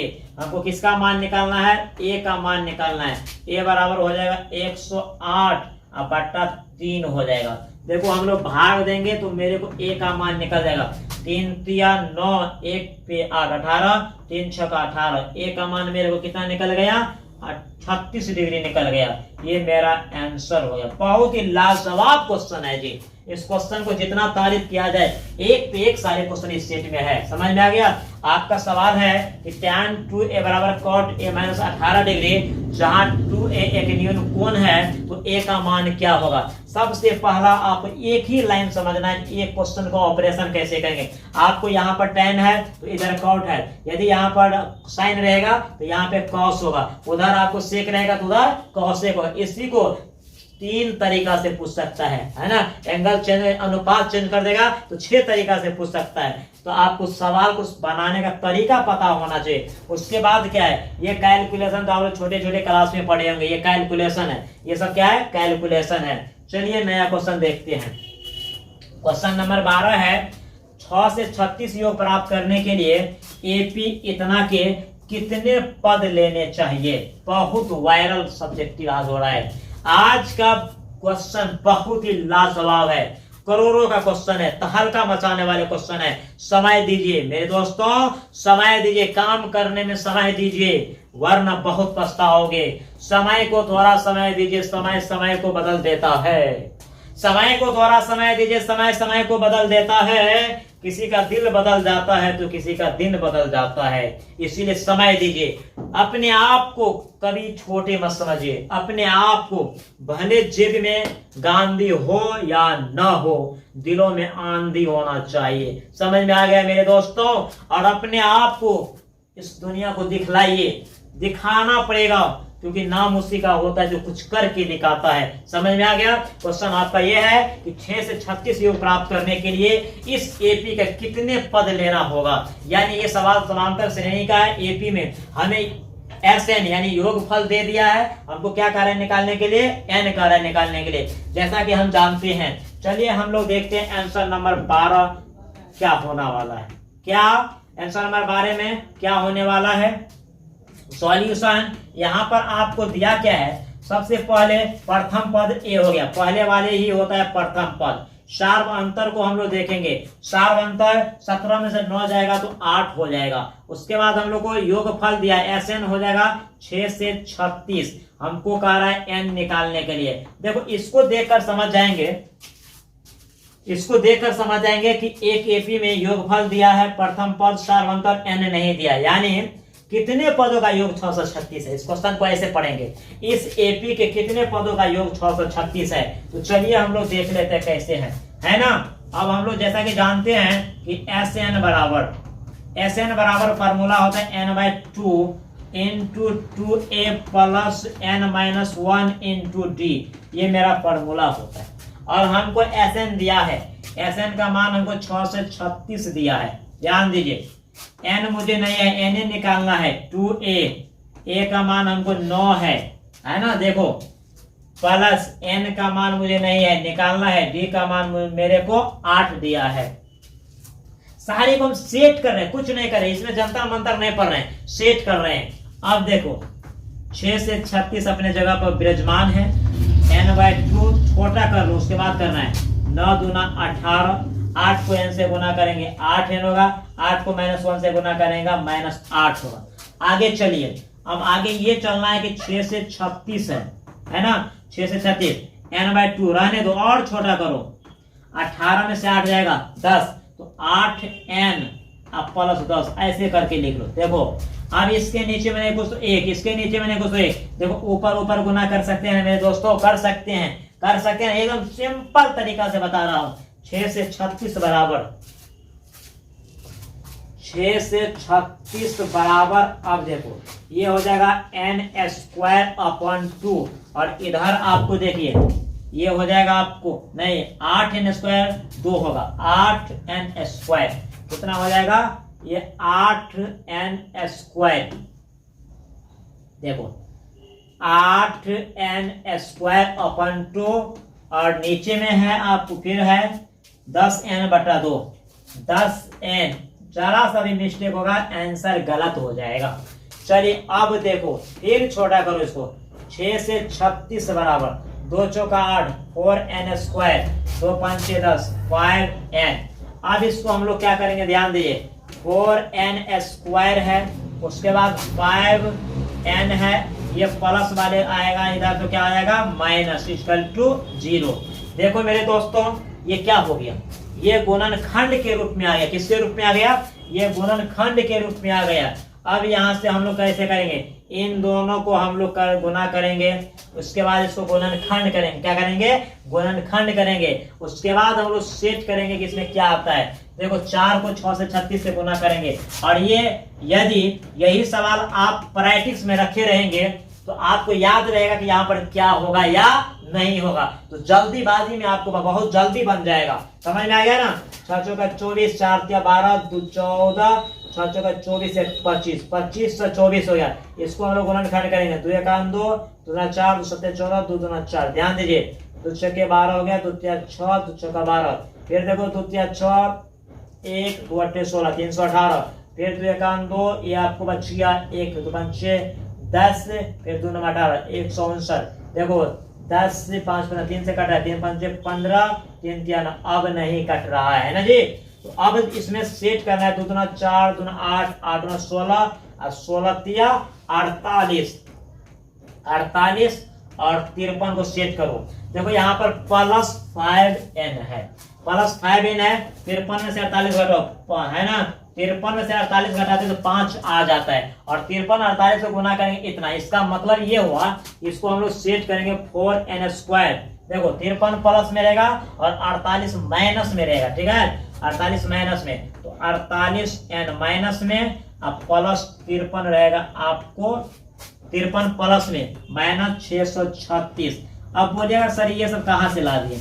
हमने देखिए 53 में से 48 को घटाएंगे 5, ये गुणनखंड है। अब बहुपद में तो लोग पढ़े होंगे कि गुणनखंड कैसे बनाया जाता है ना जी, 9th क्लास में पढ़े होंगे। तो ये आपको सीखना होगा गुणनखंड कैसे होता है। ठीक है, ये आपको सीखना पड़ेगा कि गुणनखंड कैसे। यहाँ पे देखो रॉप किए हैं, ये रॉप आपको समझना होगा। अब कॉमन लीजिए, देखिए 4n यदि हम कॉमन ले लेते हैं तो n-12। देखो 4n को n से गुना करेंगे 4n², 4n को 12 से गुना करेंगे 12 चौका 48, ये प्लस है या माइनस है। इसी कोष्ट वाले को थोड़ा जगह छोड़ के लिख देना है n-12।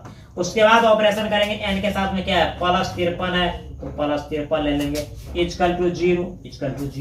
अब देखो ये दोनों सेम है तो एक बार लेंगे, n का मान -12, उसके बाद ले लेंगे 4n प्लस 53 इक्वल टू 0।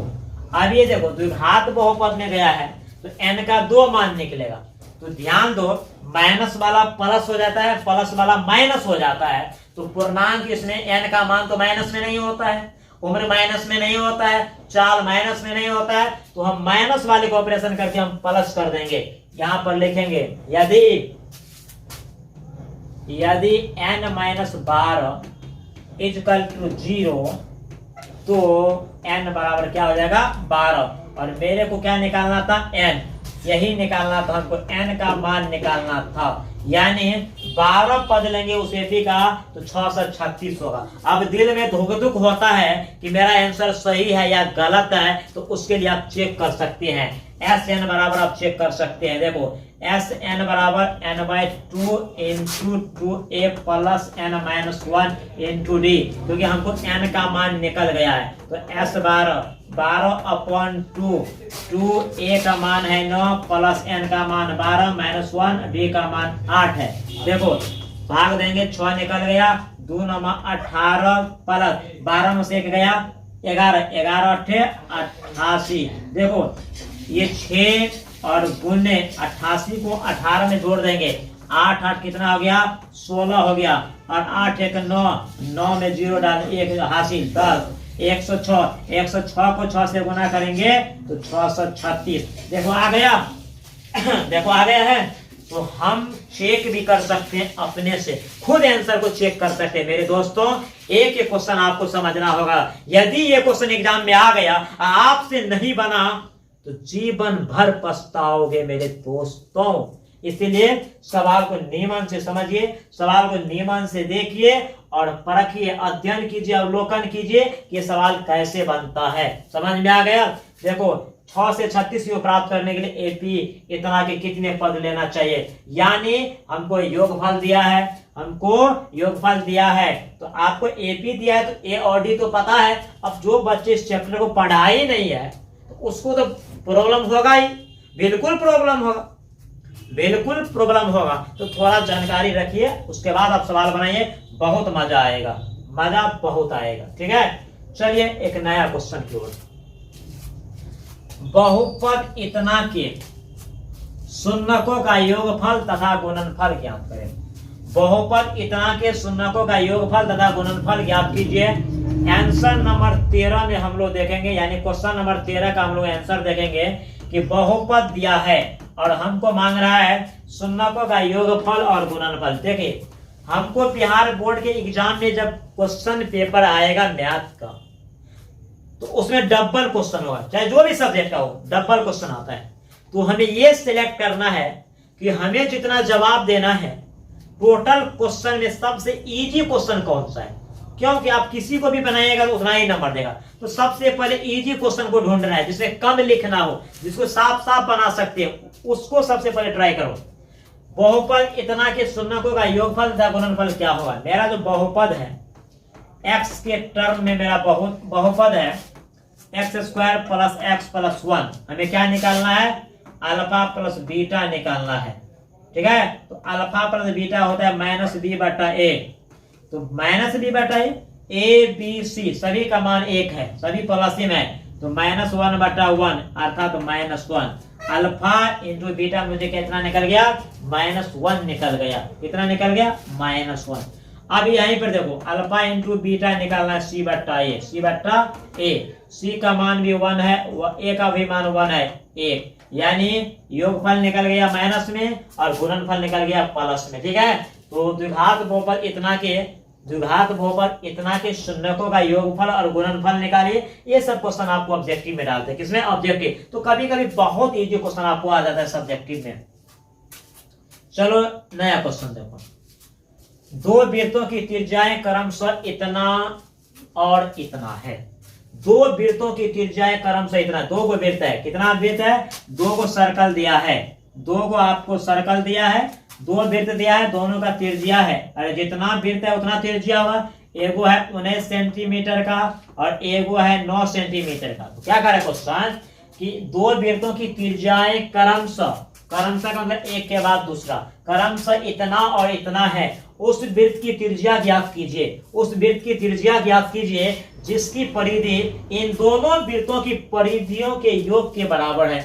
मुझे एक नया वृत्त का परिधि निकालना है, लेकिन उस वृत्त का जो परिधि है, उस वृत्त का परिधि इन दोनों वृत्त के परिधि के योग के बराबर है, क्योंकि ये बड़ा है, इन दोनों के वृत्त के परिधि के योग के बराबर है। तो दो वृत्तों की त्रिज्याएं क्रमशः इतना और इतना है, उस वृत्त की त्रिज्या ज्ञात कीजिए जिसकी परिधि इन दोनों वृत्तों की परिधि के योग के बराबर है। समझ में आ गया मेरे दोस्तों? तो चलिए क्वेश्चन की ओर हम लोग चलते हैं। अर्थात क्वेश्चन ये कहता है कि उस वृत्त की त्रिज्या ज्ञात कीजिए जिसकी परिधि इन दोनों वृत्त की परिधि के योग के बराबर है। तो दो वृत्त दिया है, दोनों का त्रिज्या दिया है, दोनों का क्या दिया है? दोनों का त्रिज्या दिया है, और जिसका निकालना है उसका त्रिज्या नहीं दिया है। अब तो ये लोग सोचो ऐसा क्वेश्चन क्यों सेट किया है, ऐसा क्वेश्चन बनने वाला है इसीलिए। चलो देखते हैं आंसर नंबर 14। हम लोग सेट नंबर 1 को खत्म करने की स्थिति में है, 14 नंबर में हम लोग पहुंच गए हैं अभी तक में। सॉल्यूशन देखिए, उस वृत्त की त्रिज्या ज्ञात करना है जिसका परिधि इन दोनों वृत्तों के परिधि के योग के बराबर है। तो यहाँ पर हम लिखेंगे माना कि अभिष्ट वृत्त की त्रिज्या, माना कि अभिष्ट वृत्त की त्रिज्या, माना कि अभिष्ट वृत्त की त्रिज्या, माना कि अभिष्ट वृत्त की त्रिज्या, अभिष्ट वृत्त की त्रिज्या बराबर r, क्या हो जाएगा? r सेंटीमीटर हो जाएगा। ठीक है, बड़ा वृत्त है, बड़ा r मान लिया। अब देखो हमको दिया क्या है, गिवन हमको दिया है r1 दिया है 19 सेंटीमीटर। ठीक है, 19 सेंटीमीटर हमको r1 दिया 19 सेंटीमीटर, और r2 दिया है 9 सेंटीमीटर। अब हमको निकालना है उस वृत्त की त्रिज्या जिसकी परिधि इन दोनों वृत्त के परिधि के योग के बराबर है। According to question, according to question का मतलब होता है प्रश्न से, प्रश्न से का मतलब होता है कि क्वेश्चन जो कहता है वो हम करने के लिए तैयार हैं। इन दोनों वृत्त के परिधि के योग के बराबर है उसका परिधि। तो देखो वृत्त का परिधि होता है 2 पाई r, तो पहला वृत्त का परिधि 2 पाई r, ये दूसरा वृत्त का परिधि बराबर 2 पाई r, ये बड़े वृत्त का परिधि। देखो मेरे दोस्तों, ये 2 पाई, ये 2 पाई और ये 2 पाई, ये क्या हो जाएगा? कैंसिल, यानी हमने इनसे भाग दे दिए। 2 पाई से क्या कर दिए? दोनों तरफ भाग दे दिए, तो हमको बच गया r1 प्लस r2 बराबर r। हम लोग यहाँ पे लिख देंगे कुछ देर के लिए 2 पाई से भाग, क्या कर दिए हम लोग? 2 पाई से भाग कर दिए। चेक करने वाले महोदय समझ जाएंगे कि यहाँ पर बच्चा क्या किया है। अब r1 का मान है 19, r2 का मान है 9, हमें बराबर है r। देखो 19 9 कितना होगा? 19 और 9 कितना होना चाहिए? 19 और 9 कितना होगा मेरे दोस्तों? 19 को 9 को जोड़िएगा तो देखिए कितना हो जाएगा? 28, यानी r का मान कितना हो गया? 28 सेंटीमीटर हो गया। क्या है क्वेश्चन बोला कि दो वृत्तों की त्रिज्याएं क्रमशः इतना और इतना है, उस वृत्त की त्रिज्या ज्ञात कीजिए जिसकी परिधि इन दोनों वृत्त के परिधियों के योग के बराबर है। तो हमें दो वृत्त की त्रिज्या दिया है, तीसरी वृत्त की त्रिज्या नहीं दिया था, लेकिन ये बता दिया था कि उसका परिधि इन दोनों वृत्त के परिधि के योग के बराबर है। तो माना कि अभिष्ट वृत्त की त्रिज्या r है, गिवन r1 का मान इतना है, r2 का मान इतना था। अकॉर्डिंग टू क्वेश्चन हमने वृत्त का परिधि जानते हैं कि 2 पाई r होता है, तो 2 पाई r प्लस 2 पाई r इसलिए किए हैं क्योंकि दो वृत्त के जोड़ कर ये अकेले है। तो 2 पाई से भाग दे दिए, हमको r1 प्लस r2 बराबर r हो गया। दोनों का मान यहाँ पर पुट अप कर दिए, r का मान 28 हो गया और मेरा ये आंसर बल्ले बल्ले हो गया। लास्ट क्वेश्चन हम लोग देखेंगे कि उस त्रिभुज का क्षेत्रफल ज्ञात कीजिए। उस त्रिभुज का क्षेत्रफल ज्ञात करें जिसके शीर्ष इतना, इतना और इतना है। जैसा कि क्वेश्चन को पढ़ने से, देखने से, समझने से, अध्ययन करने से मुझे यह पता चलता है कि ये जो क्वेश्चन है निर्देशांक ज्यामिति से है, कोऑर्डिनेट ज्योमेट्री से है, निर्देशांक ज्यामिति। और ये क्वेश्चन एग्जाम में नहीं आएगा तो कोई क्वेश्चन नहीं आ सकता। हाँ, भले अंक चेंज हो सकता है, लेकिन ये क्वेश्चन ऐसा नहीं हो सकता है कि पेपर में नहीं आएगा। क्यों? कि क्वेश्चन जिस पैटर्न से पूछा जाता है बिहार बोर्ड में, उसी पैटर्न से क्वेश्चन हमने आपके लिए सेट किए हैं। ऐसे वैसे मत समझिएगा, क्वेश्चन हमने सेट किया है जिसका नाम ही काफी है मुन्ना सर बिहार। समझ में आ गया? क्वेश्चन हमने सेट किए हैं और मेरा नाम ही काफी आप लोग जानते हैं और मुझे आप लोग ही हीरो बना दिए हैं। आपके लिए हम ये क्वेश्चन बनाते हैं। इस क्वेश्चन को बनाने के लिए मेरे प्यारे दोस्तों क्या करना पड़ेगा समझिए। इस क्वेश्चन को बनाने के लिए क्या करना पड़ेगा, जीवन में कभी कभी हल्का भी बनिए। समझ में आ गया ना? जीवन में कभी कभी हल्का भी बनो, हमेशा भारी मत बनो। आप लोग कभी सफर किए होंगे ऑटो में, बस में, तो कभी कंडक्टर आपके सामान को वजन नहीं किया होगा। आप कभी सफर किए होंगे ट्रेन में, तो टीटी या स्टेशन का जो भी डिपार्टमेंट होता है, ट्रेन का जो भी स्टाफ होता है, वो आपके सामान को वजन नहीं किया होगा। लेकिन जब आप एयरपोर्ट पे गए होंगे फ्लाइट में चढ़ने के लिए, तो आपको सामान को वजन किया होगा, क्योंकि यदि सबका वजन ज्यादा से ज्यादा मात्रा में जाएगा, वहां पर जितना भी यात्रीगण होगा, पैसेंजर होगा, तो जब सामान का वजन बढ़ जाएगा तो फ्लाइट कब कैसे उड़ेगा। इसीलिए वहां पर सामान का वजन किया जाता है। तो मेरे दोस्तों, बड़े बड़े पद पे जाने के लिए, बड़े बड़े काम करने के लिए थोड़ा अपने आप को हल्का भी होना पड़ता है। दूसरे के बात से भारी मत होइए। समझ में आ गया? दूसरा गया भाड़ में, अपना काम से मतलब रखिए। जो बोलता है बोलने दीजिए, वक्त का ख्याल रखिए, वक्त सबका आता है।